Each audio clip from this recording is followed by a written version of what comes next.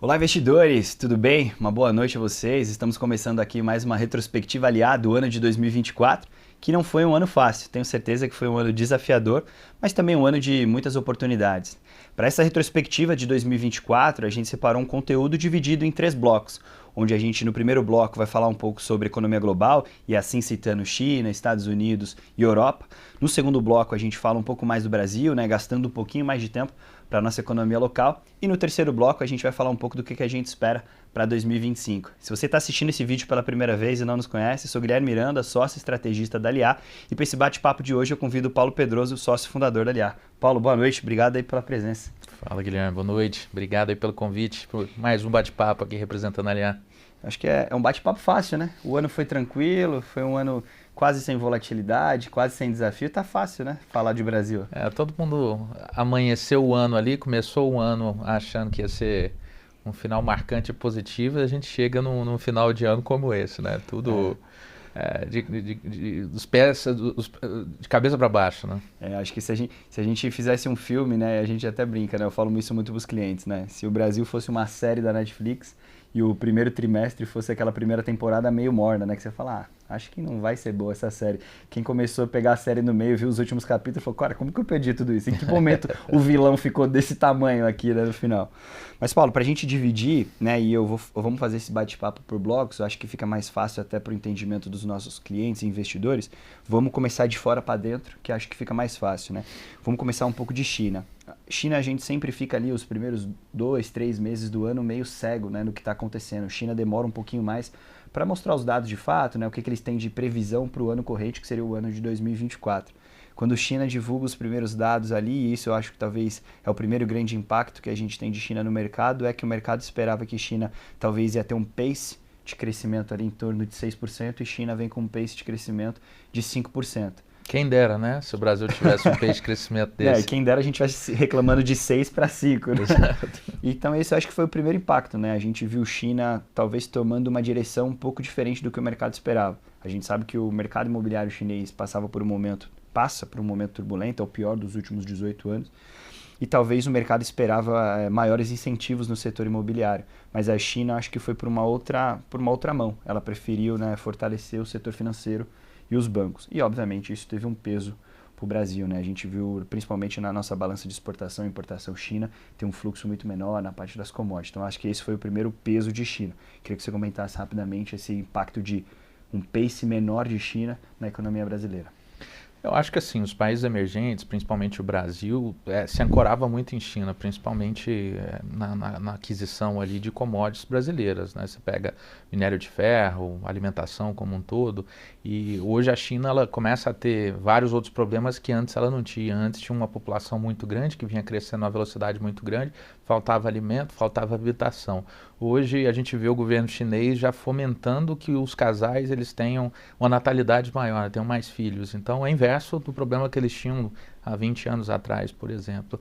Então o reflexo disso é um país que cresce menos do que a velocidade que a China vinha crescendo. Obviamente que é ainda estrondoso a velocidade que o país cresce, mas que para o Brasil foi muito ruim, né? Você tem uma China que se tornou o principal parceiro econômico do país, comprando minério de ferro, comprando carne, comprando soja, enfim, tendo uma redução contra isso. O Brasil tendo que acessar outros parceiros econômicos aí para conseguir fazer com que seu produto tivesse mais valor no mercado, né? Quando a gente olha essa alta que a gente teve nas commodities, principalmente no boi gordo ali, que bateu máxima histórica agora, mas em contrapartida o minério de ferro caiu bastante, agora que está se recuperando um pouco.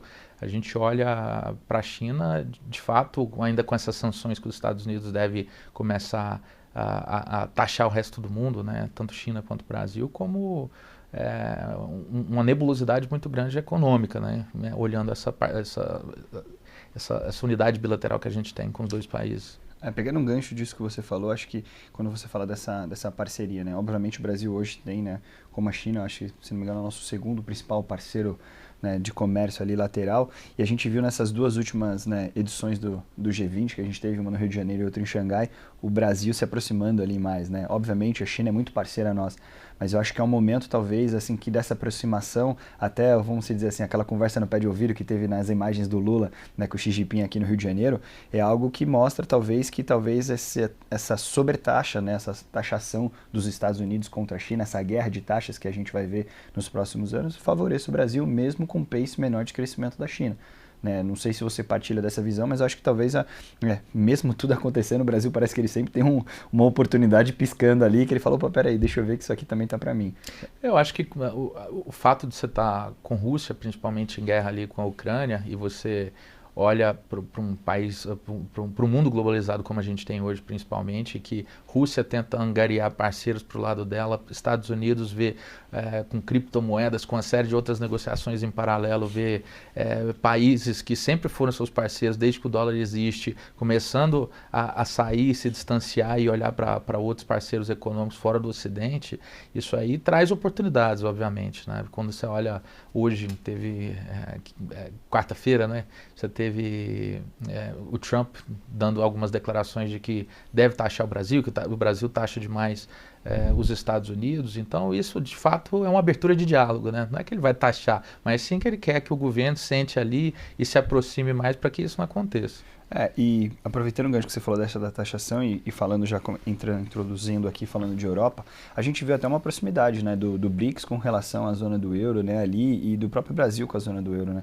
Eu acho que esse universo novo de taxação que o Trump está tentando, né, impor ao mundo, querendo ou não, vai favorecer o Brasil em alguns momentos que talvez a gente tinha ali uma fragilidade um pouco maior, né. Obviamente a gente tem a Europa também com um grande parceiro comercial e a gente viu a Europa num ano muito difícil. A gente viu a Europa que patinava e a taxa de inflação ainda muito perene, parecia que não conseguia, né, ter um arrefecimento da inflação, a taxa de desemprego ainda muito ruim.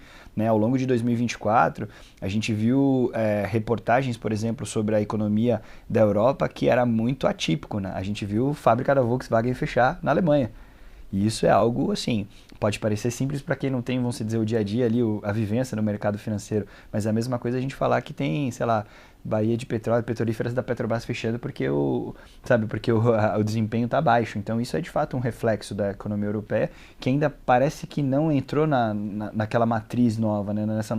Nesse novo momento de corte de taxa de juros, de fomento da economia. Então isso foi muito ruim e isso eu acho que traz um benefício para o Brasil. Embora a Europa ainda muito sensível, toda aquela zona de guerra ali, né, que pega no seu leste europeu ali, né? Você tem zona de guerra que já se arrasta há vários anos aí, né? A gente olha para a guerra na Ucrânia e parece que começou ontem, mas já tem diversos anos aí que está rodando e ainda não tem solução.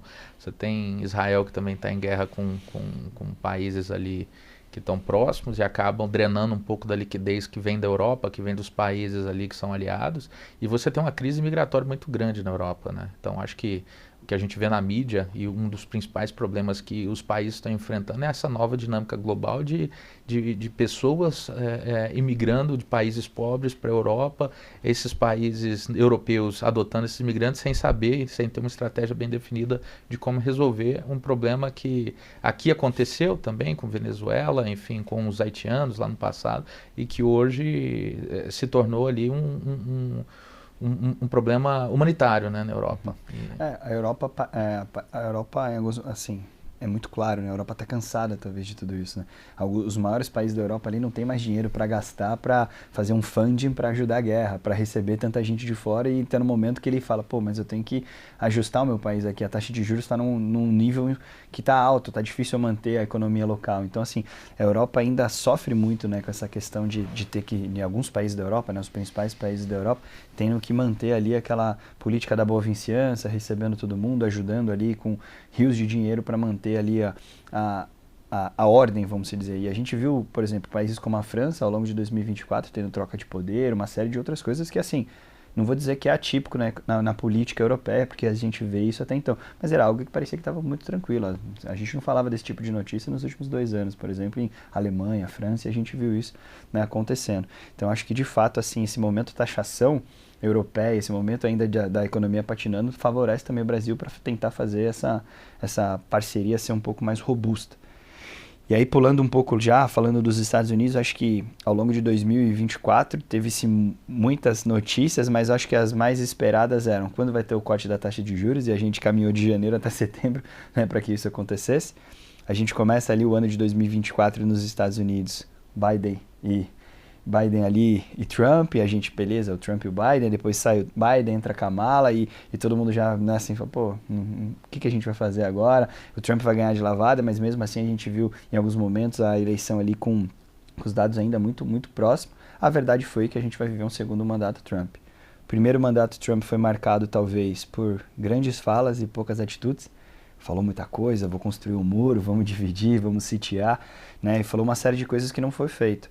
Porém, eu sinto que o mercado agora está colocando um pouco mais de peso nas falas do Trump. Da primeira vez ele falou muita coisa e não fez, eu achava que o mercado agora ia falar assim, talvez ele vai falar muita coisa e não sei se ele vai fazer.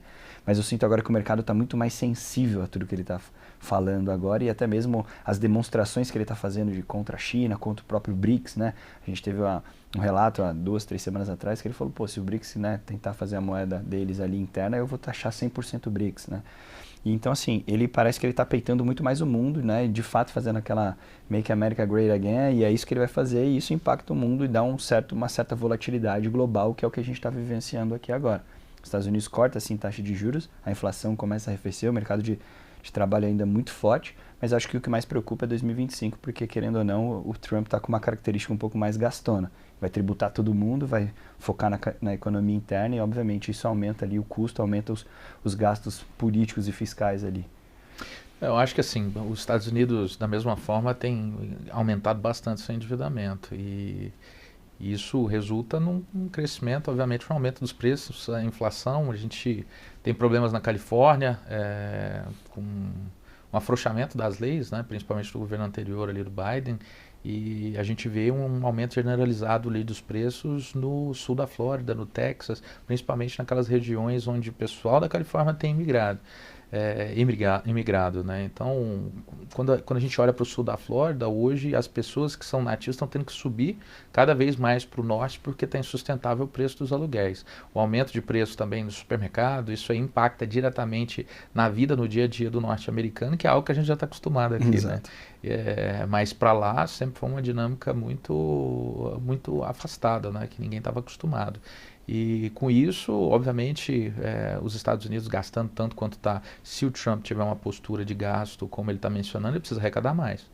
Então, ele precisa fazer o que o Brasil não tem feito, né? O Brasil tem gasto, tem feito a impressão de dinheiro, gastado muito e arrecadado menos do que gasta. Então, você precisa ter, de novo, é como a casa do nosso investidor ali. Se você gastar mais do que você está arrecadando, obviamente, a conta vai chegar no vermelho e aí você vai passar a ter um problema ali de déficit, né? De dívida, de endividamento da sua família.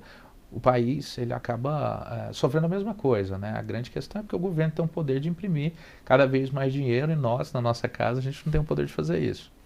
E nessa questão, né, esse novo Trump Trade que a gente teve, né, esses gastos que são exorbitantes, né, acho que vai até em contra ao que muita gente fica pensando, pô, o Trump vai entrar em várias guerras. Eu acho que os Estados Unidos não tem recurso, não é que não tem recurso, não tem talvez o apetite.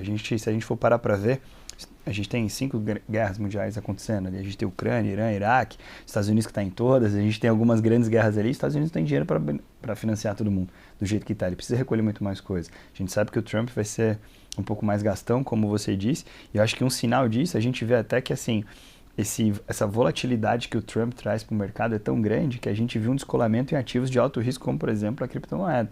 Né? Muita gente fala assim, pô, ele é muito... E eu vi um paper essa semana que foi muito, assim, me fez parar e refletir. Pô, o Trump é muito, assim, defensor dos criptoativos, falou que os Estados Unidos agora vai ter uma reserva de criptoativo, e tudo isso pô, legal, magnífico, tá fazendo as criptos subir. Mas aí o paper era um relato que ele dizia assim, tá, mas eu acho que ele vai ter algum jeito de arrecadar algo em cima disso. Ele não está fazendo esse colchão à toa. Né? E pro mundo tá mostrando que ele está falando assim, não, eu sou adepto, compra em cripto, faz o que quiser, vocês vão colocar na sua cold wallet e acabou, eu nunca mais vou mexer. Não, acho que não é assim. Se você tem os Estados Unidos, o maior cofre do mundo, comprando uma reserva de criptomoeda, isso vai ter um custo. E isso vai ser taxado de alguma forma, isso vai sobrar para alguma moeda e, obviamente, vai sobrar para o investidor. Então, eu acho que assim, o mercado ainda está tentando absorver, principalmente do lado dos Estados Unidos, a força e o impacto do Trump. Ele, né, começa de fato ali no dia 20 de janeiro, mas a gente já está julgando agora como o que ele está falando, o que ele está fazendo. Eu acho que o mercado fica de binóculo. Acho que o paralelo que eu quero traçar nos Estados Unidos, quando eu falo do Brasil, eu acho que é a independência ali, talvez, do Banco Central. Né? um dos primeiros relatos que foram feitos no Trump foi como ele falou da questão da independência ali, de ele intervir com relação às tomadas de decisão do Jeremy Powell. E ele falou, cara, não, eu deixo ele tocar ali e tal. E eu acho que isso foi até uma postura muito diferente do que a gente vê aqui no Brasil, já puxando um gancho falando daqui. Jeremy Powell falou, não, eu entendo, o governo Trump é um pouco mais gastão, né, ao modo no resumo de falar, então eu vou ficar muito mais data dependent, vou olhar muito mais os dados, se tiver que cortar a taxa de juros, vou cortar, mas de forma mais linear, com mais calma. Então já deixando a entender que talvez a gente viva um momento de taxa de juros nesse mesmo patamar por um pouco mais tempo para o ano de 2025.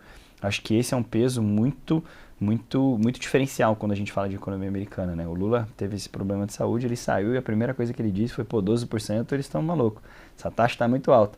Eu vou fazer alguma coisa, deixa comigo que eu vou cuidar. Pô, ali nem fez nada, vamos dizer ainda. Ele vai começar a fazer dia 1 de janeiro, vamos dizer, né? Então já começa a ter aquela ruptura, né? Já começou a sair boatos de, será que ele vai vir para cima do Galípolo, vai forçar o cara a não fazer esses aumentos? Então isso já causa já causa mais volatilidade ainda do que a gente já vive aqui no Brasil.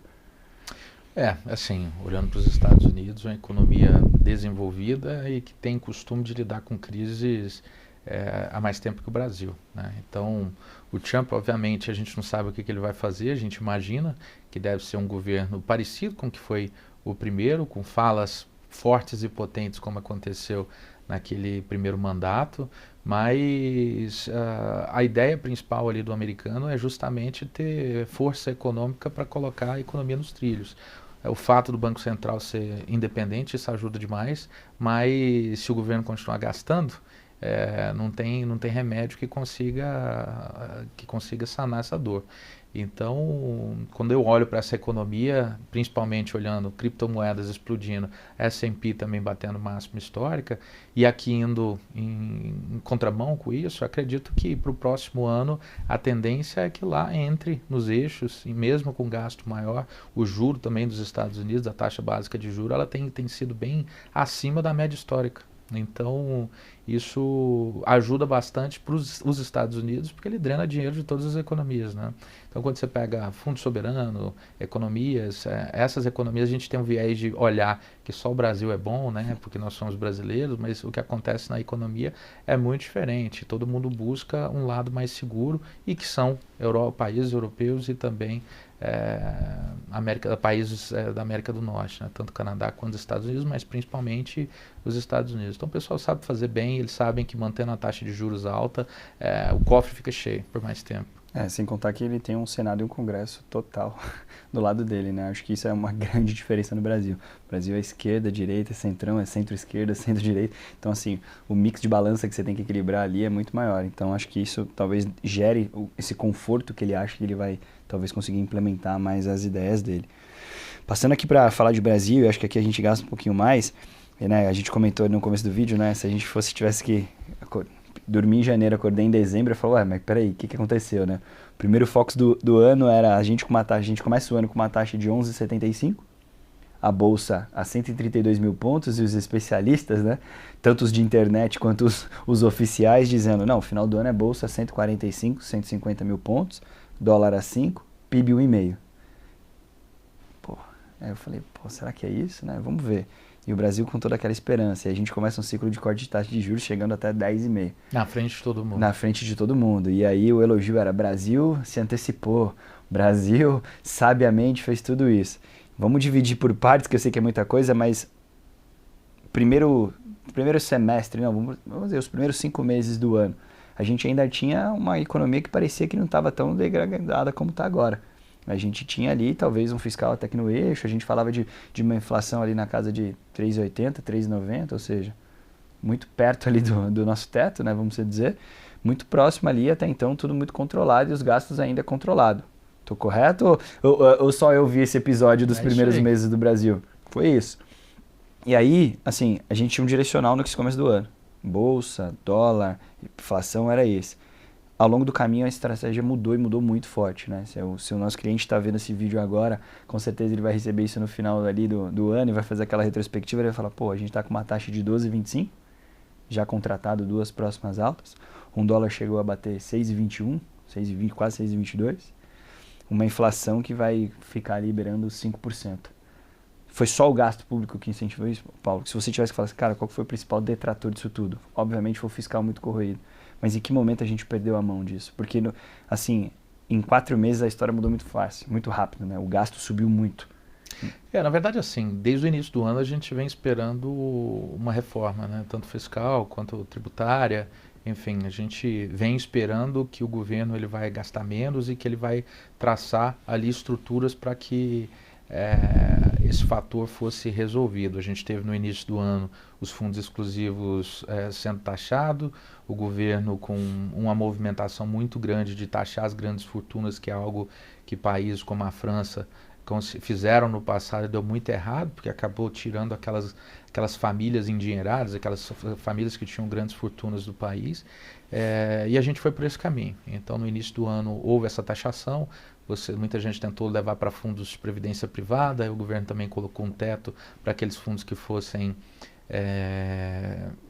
fechados, né, para a própria família.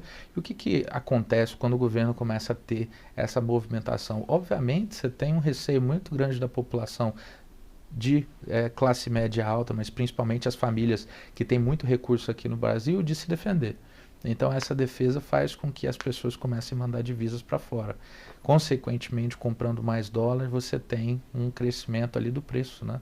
E não foi isso, obviamente, o único motivo, mas o que a gente enxerga hoje é que a gente vem falando, hoje é muito fácil a gente mostrar e sinalizar que o trade do ano era movimentar e fazer alocação em dólar, mas lá no início do ano era muito difícil você traçar isso. Então o planejamento, quando você estrutura, ele tem que ser alinhado com o objetivo do investidor. Lá atrás o investidor tinha um objetivo de manter todo o patrimônio aqui. Então, obviamente, a depender do tamanho do portfólio desse investidor, talvez não faria sentido você manter dinheiro fora se ele nunca tinha intenção ali de se mudar para lá, ou então ter um posicionamento em moeda forte. Obviamente que aqui, em se tratando de um país em desenvolvimento, o futuro ele é muito incerto. Então, da mesma forma que no passado a gente teve confisco de poupança, a gente teve confisco de gado no pasto, hoje a gente olha para o futuro e a gente vê que num país em desenvolvimento, em um país emergente, existem uma série de riscos que você precisa considerar.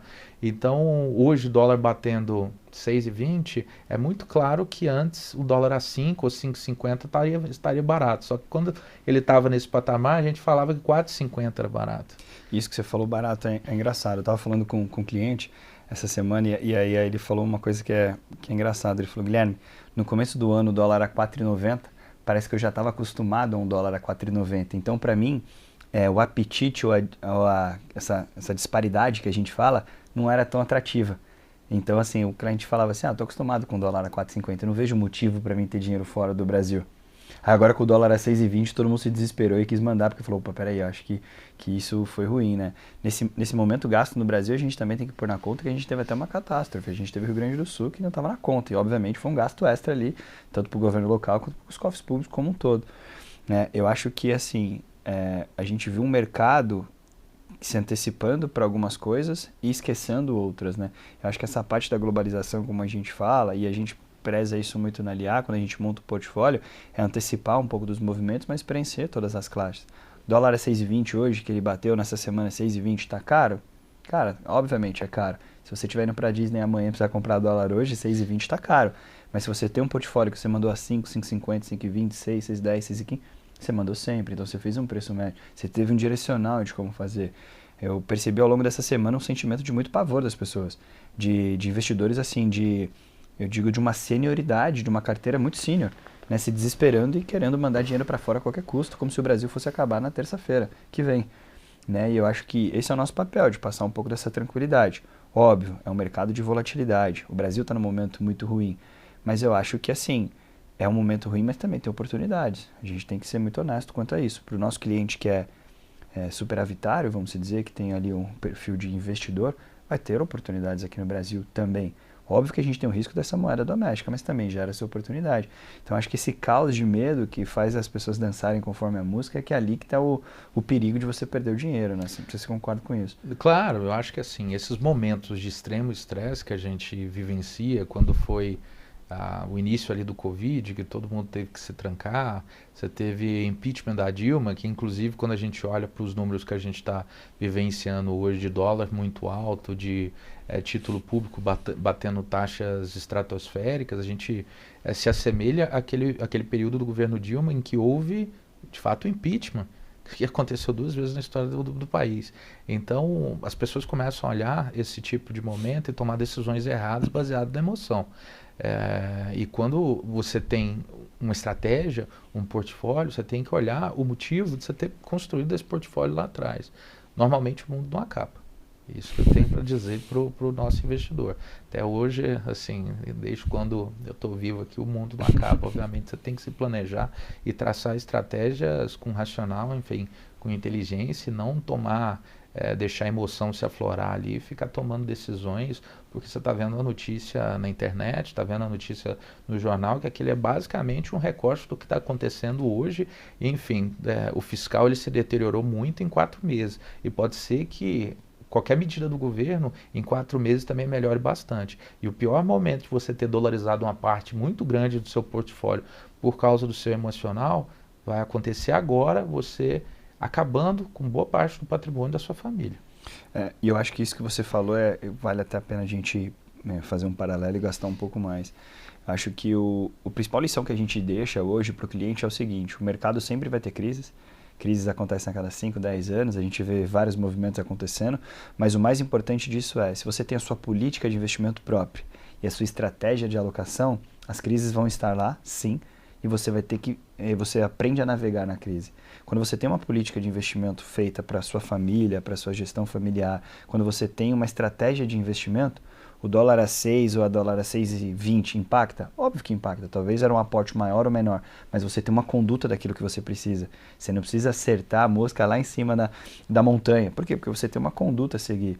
Eu acho que eu verifiquei muito disso de clientes que a gente bate um papo e estão dentro da nossa estrutura, aderindo ali às nossas recomendações, à nossa política de investimento, quanto clientes que às vezes nos procuram para bater papo, ou é uma indicação, ou assim, eventos que a gente participe, são clientes que a gente vê que nitidamente não tem uma política de investimento. É o cliente que falou assim: nossa, o Bitcoin explodiu, acho que eu tenho que comprar Bitcoin. O dólar está 6,20, acho que é hora de eu mandar tudo. E eu falava: tá, mas qual que é a sua política? Porque os nossos clientes foi muito claro, os clientes acho que foi unânime, tanto para você quanto para mim. Todos ligaram, todos quiseram saber: Guilherme, o momento é esse, faço alguma coisa, está dentro da minha política, está dentro da minha estratégia, mudo o racional, e de forma muito clara, muito perene. Eu vi você, eu e os outros sócios falando: cara, a gente traçou, está dentro, tá aí, de forma muito tranquila. E acho que essa tranquilidade que a gente passou para os clientes que reflete no nosso resultado de 2024 e aquilo que a gente busca para 2025.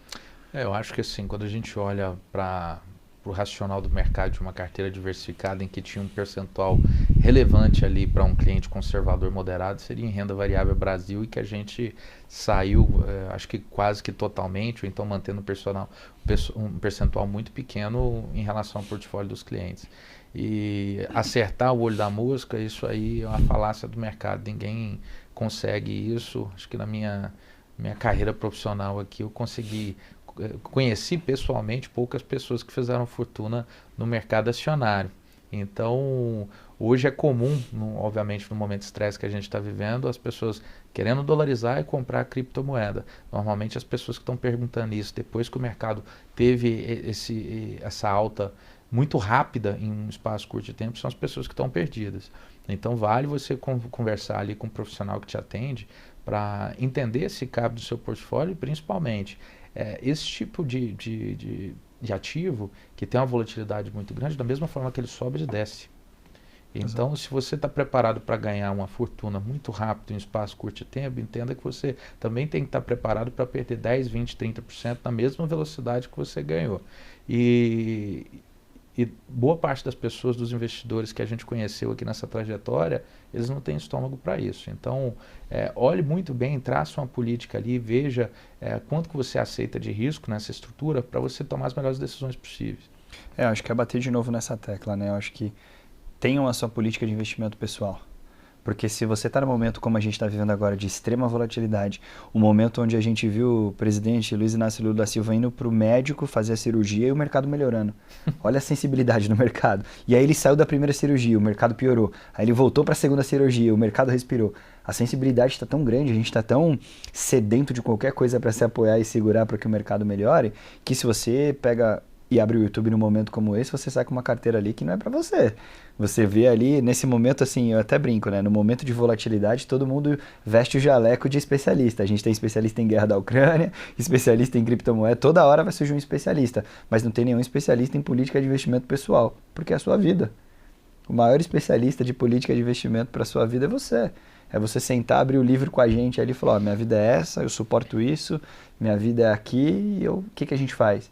Se você tem isso muito bem estabelecido, você vai entender que vai ter crise no Brasil agora, depois, e no mundo, e vai ter guerra, e você tem que ser perene, você tem que perpetuar ali. Né? Eu acho que essa é a dica de ouro que a gente sempre dá. E aí, tentando fazer eu acho que aqui a gente não está aqui para dizer, e a gente sempre fala isso muito na LIA, né? Não tem receita de bolo. Mas se a gente tivesse que fazer um asset strategy aqui, eu acho que se você puder, e não precisa falar de cada classe, mas classes que a gente está um pouco mais expostos, né, olhando com um olhar um pouco mais positivo, e classes que a gente está com um olhar menos positivo. Começando por menos, e aí você vai me complementando aqui. Eu acho que a gente está um pouco com o pé no freio ali para a questão de renda variável para o ano de 2025, para o perfil de cliente que a gente atende, que é um pouco mais longo prazistas, né, mais conservadores, a gente tirou um pouco do pé. Óbvio, a bolsa está barata, e a gente ouviu isso faz 2, 3 anos que a bolsa está barata, talvez se você tem um horizonte ali de longo prazo, 5, 10 anos, sei lá, está barato de fato. Está na hora talvez de você achar algumas barganhas ali, comprar e carregar. Se você não tem esse time de espera, ou se você está no momento de vida que você precisa que a sua renda seja mais perene, a gente tirou um pouco mais do pé. Correto? Principalmente porque a gente viu renda variável, se a gente for adicionar Ibovespa e Small Cap esse ano, a gente vai ter um menos 22%, menos 25%. Então foi um ano que quem tem posição em FII e renda variável apanhou bastante. Viu um dólar subindo 26% e uma bolsa caindo 25%. Concorda? Eu acho que assim, quando a gente olha para a renda variável Brasil, e a gente vê o fluxo na B3, né, na Bolsa Brasileira, e começa a ver dados, se analisar os dados e ver que 50% do fluxo é de estrangeiro, enfim, de pessoas de fora aqui do país, você começa a tomar algumas decisões. Uma delas é analisar dados de que a bolsa é extremamente dependente do capital externo. Ou seja, se o Brasil vai mal, obviamente a bolsa vai ter uma dificuldade muito grande de subir. Então a gente olha isso para os nossos vizinhos aqui na Argentina. Enquanto estava tudo indo mal, bolsa estava indo mal, os títulos públicos estavam indo mal. E agora, com essa mudança de governo, você tem as medidas de correção econômica, principalmente, a bolsa está explodindo. Então, é o melhor investimento possível. Da mesma forma que, olhando para o horizonte, a gente tem que ver, principalmente, qual que é o perfil do investidor que está fazendo essa análise. Porque, no nosso caso, na Aliás, a gente tem muitos clientes ali que são extremamente conservadores, é o recurso da vida delas, elas dependem desse recurso para poder pagar a conta, por exemplo. Então, de ter uma renda mensal ali para sustentar a sua família, porque são aposentados, enfim, ou venderam a empresa, tem esse recurso aplicado ali e precisam viver da renda desse recurso. Quanto mais dependente essa pessoa está do recurso, obviamente que mais conservadoras as decisões eles precisam seguir. Então, esse alinhamento ele é o principal ponto. Então, olhando para uma bolsa brasileira, no horizonte de longo prazo, a gente vê alguns bancos aí, obviamente, sendo negociado próximo do valor patrimonial. Exato. E se uma certeza a gente tem é de que o banco sabe fazer dinheiro e navegar bem aqui no país. Então, e as instituições financeiras, normalmente, elas são, principalmente as de médio e grande porte, elas são grandes demais para quebrar. O Brasil normalmente não deixa esse tipo de instituição quebrar. Força, dá dinheiro, subsídio para um banco maior comprar. Então, você tem algumas boas oportunidades na Bolsa Brasileira, mas que não é indicada para um cliente conservador. Para aquele cliente que está nos perguntando se faz sentido ele comprar criptomoeda ou não, talvez para esse cliente ele possa ter um percentual da carteira aqui para sentir a volatilidade e ver se ele aguenta. Normalmente, quando a bolsa está subindo, todo mundo tem um pouco mais de risco. Quando ela está despencando como está agora, você vê fundos imobiliários caindo porque as pessoas não aguentam de fato a volatilidade. As pessoas aqui no Brasil ainda, os investidores têm pouco costume de ver volatilidade no seu patrimônio. É diferente do imóvel, que se você só descobre quando está valendo o dia que você vai lá na imobiliária e anuncia ele. Ou então quando você olha no LX, na internet, que o imóvel parecido desvalorizou, então valorizou. Aproveitando que você falou de volatilidade e falou de criptomoeda, acho que Não tem como a gente não falar da alocação em criptoativos hoje dentro de uma alocação completa. Eu acho que a conduta que a gente toma na LIA é: você entende muito de criptomoeda? Sim, então coloca 2, 3%.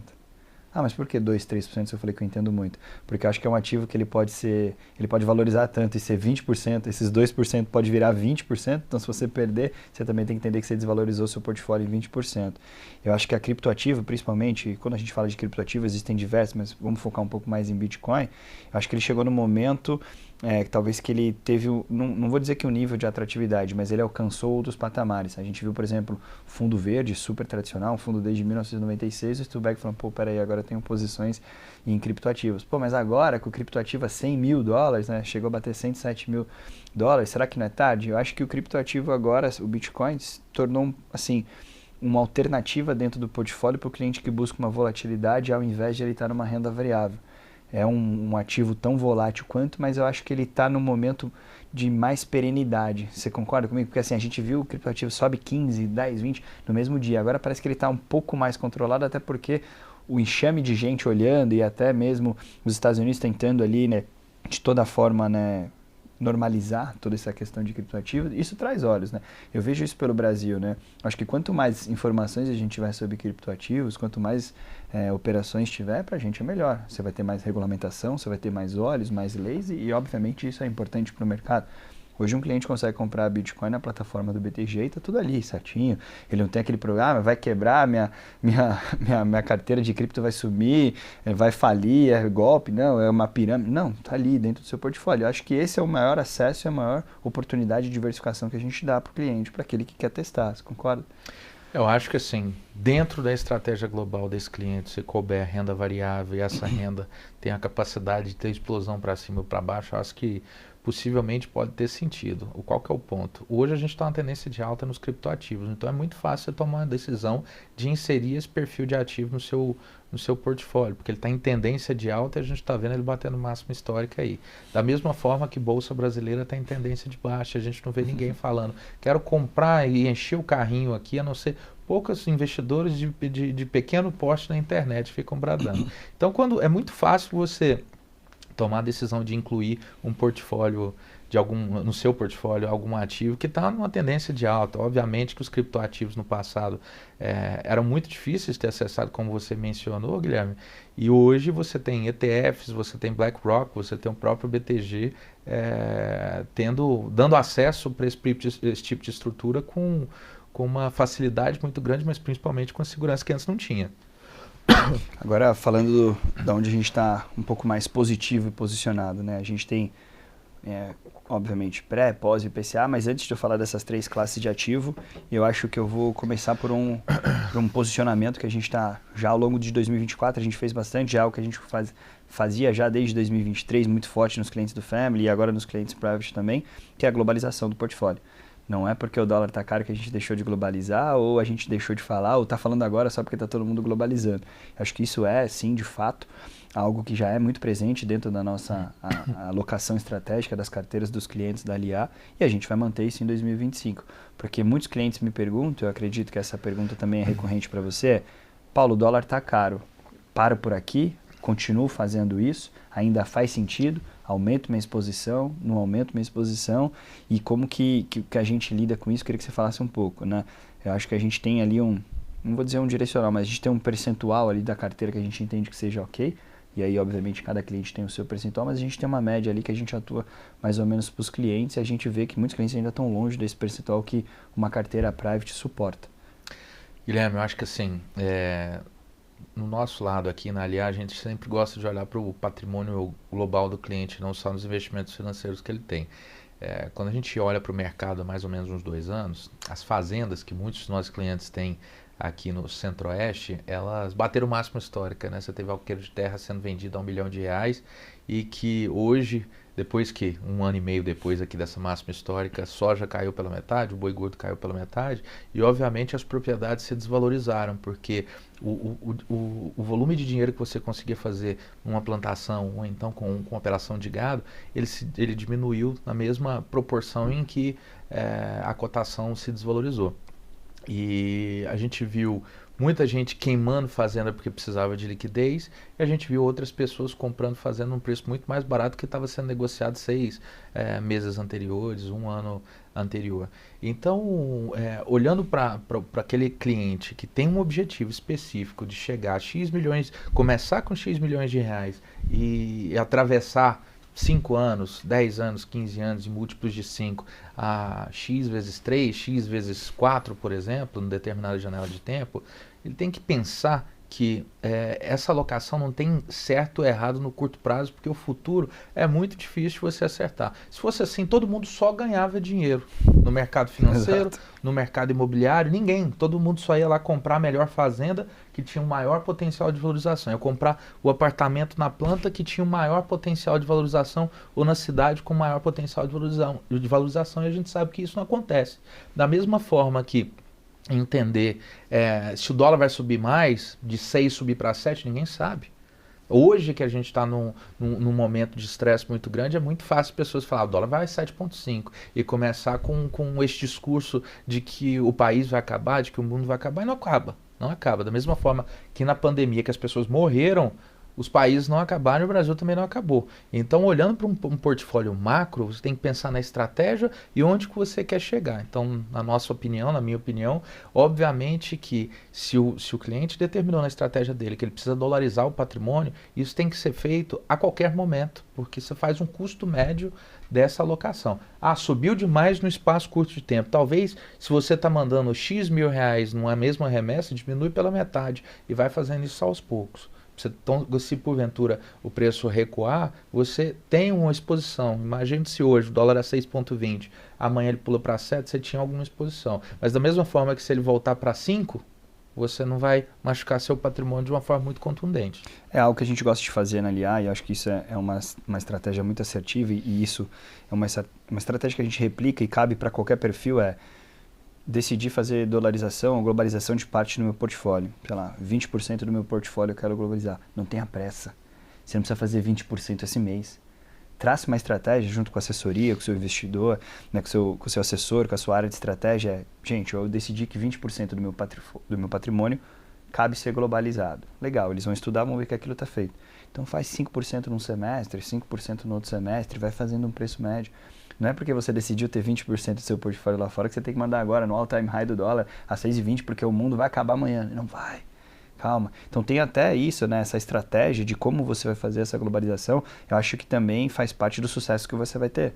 Porque não é somente mandar e, legal, tô dormindo com meu dinheiro em dólar, tá ótimo. Não, você também tem que rentabilizar lá, você tem que procurar a melhor oportunidade lá, você tem que procurar a melhor alocação, estratégia lá fora, e a gente faz isso, obviamente, toda essa curadoria. E eu acho que essa facilidade hoje de globalizar, de você ter uma conta internacional no mesmo aplicativo, de você ter um cartão que você utiliza lá fora, você ter uma assessoria, um banker, tudo dentro de casa, isso é, assim, é coisa que a gente que está no mercado há mais tempo, você não via há 10 anos atrás, ou há 5 anos atrás, você via para grandes investidores, hoje é algo muito acessível. Offshore era o acesso era muito difícil. Há 15 anos atrás, para você abrir uma conta offshore, há 5 anos atrás, para você abrir uma conta offshore, dependendo do banco que você estava, era 35 dias. Hoje a gente abre, sei lá, em minutos.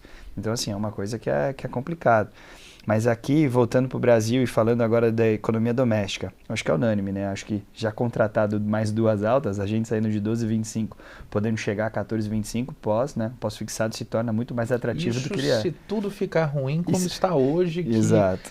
Obviamente no nosso país tudo pode mudar em uma fala, em uma entrevista, em uma movimentação de pessoas chaves que tem no governo. O bom do Brasil é que até o passado é incerto, né? O que aconteceu ontem, alguém muda hoje e fala que ontem não aconteceu isso. Então a gente ainda continua bem posicionado, vamos dizer assim, com uma alocação tática em pós-fixado. Eu acredito que, né, o cliente que é muito conservador ou extremamente conservador, como a gente tem grande base nossa na LIA, né, você ter uma alocação, um percentual um pouco maior da sua carteira no pós-fixado nos próximos anos ainda faz muito sentido. A gente vai ver algumas oportunidades, bem como também o IPCA+, a inflação. Acho que até o reflexo disso foi os próprios títulos públicos, né? A gente viu o título público aí pagando IPCA mais 7,70, quase 8, aí isso é um absurdo de taxa. Então, assim, de fato, isso já mostra, assim, que a gente sabe que para os próximos anos esse nível de inflação ainda vai estar muito perene, né? A gente vai, com o dólar muito alto, a inflação vai estar lá para cima também, para você controlar vai ser muito difícil. Então, você ainda ter exposição em pós e parte ali no IPCA+, ainda continua nos nossos olhos ali no radar. Concorda? É isso? Queria que você falasse um pouco. Assim, olhando para uma alocação tática, hoje é muito claro com essas altas aqui que o pós-fixado ele se torna interessante, só que em contrapartida as taxas diminuíram bastante. Então, quando a gente pega no início do ano, que era comum você ver ativos bancários ali pagando 120% de CDI, alguns outros ativos pagando CDI mais 3, CDI mais 2,5, hoje eles simplesmente sumiram da prateleira. Então, você tem taxas bem interessantes, inflação mais uma taxa pré-fixada, você também tem taxas pré-fixadas extremamente interessantes, que a qualquer momento de recuo aí dos juros futuros e que isso pode acontecer por mais que a internet esteja dizendo aqui que o mundo vai acabar, quando você olha para um portfólio e determina os percentuais dos indexadores que vão entrar naquele portfólio de acordo com o objetivo, esse que é o principal ponto e o mais importante possível de se escolher nesse perfil de ativo. Então, para a caixa de empresa, por exemplo, que tem um giro de curtíssimo prazo, obviamente os pós-fixados eles são os mais interessantes, né? Porque esse dinheiro vai ser utilizado em curto prazo. Mas quando a gente olha para aquele cliente que traçou uma estratégia para daqui 5 anos, para daqui 10 anos, para daqui 15 anos, ou para a aposentadoria, tudo que a gente está falando aqui de indexador, pouco importa, porque tudo vai mudar. Então você precisa ter um pouco de cada uma dessas classes estruturado no objetivo daquele cliente. Então falar agora, por exemplo, pós-fixado é muito interessante, mas para um cliente para daqui a 10 anos, talvez não seja a melhor opção. Vai muito do porquê que aquele cliente está levando o dinheiro ali para uma conta de investimento, estruturando e montando um planejamento para os seus objetivos pessoais.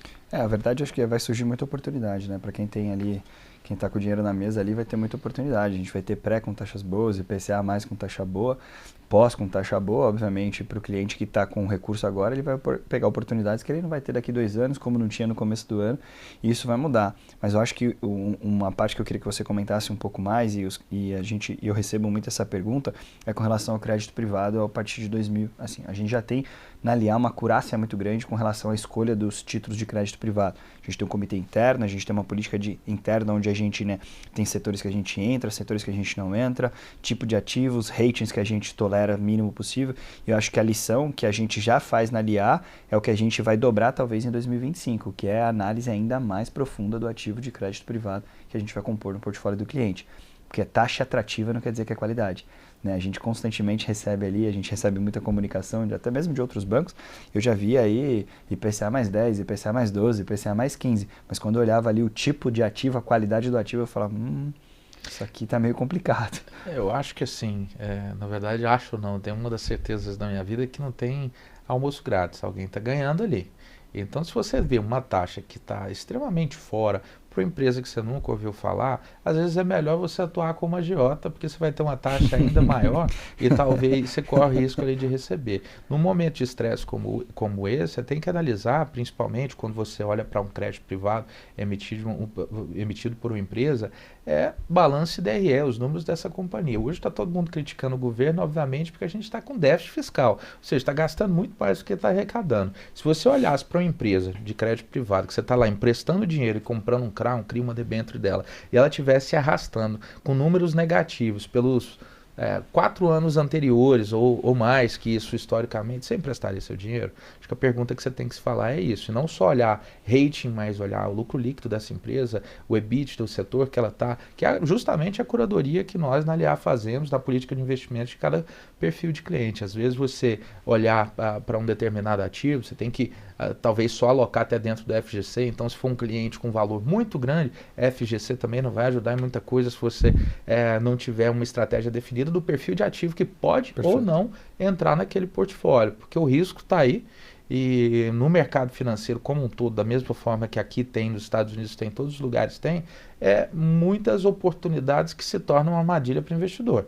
Então, quando você tem a intenção de alocar em um crédito corporativo, da mesma forma que pessoas que compraram aí título público achando que só ia ganhar dinheiro e agora vem essa marcação a mercado que pegou todo mundo aí pelo contrapé, de novo, olhe para o seu planejamento e pense, você não entrou para especular com renda fixa, você entrou para chegar até o fim. Então, se esse ativo não te dá a oportunidade de chegar até o vencimento dele, fuja.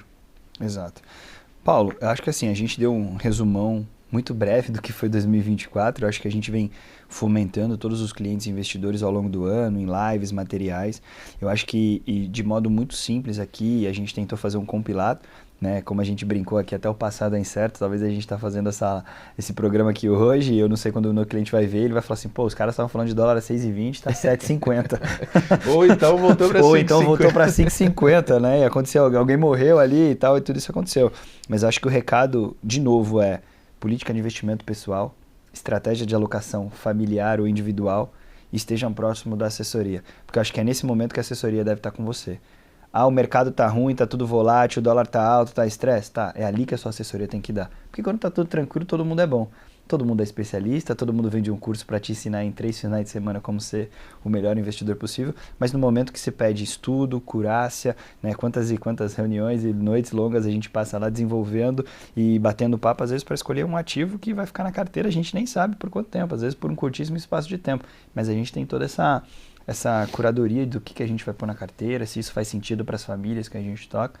Acho que esse é o recado que a gente tem aí para 2025, né? Vai chacoalhar, vai apertar, apertem os cintos, estejam próximos da gente, da Aliar, né? Assim como eu, o Paulo também está aqui, com todas as mídias ali à disposição, nosso time de marketing está aqui à disposição para responder as dúvidas.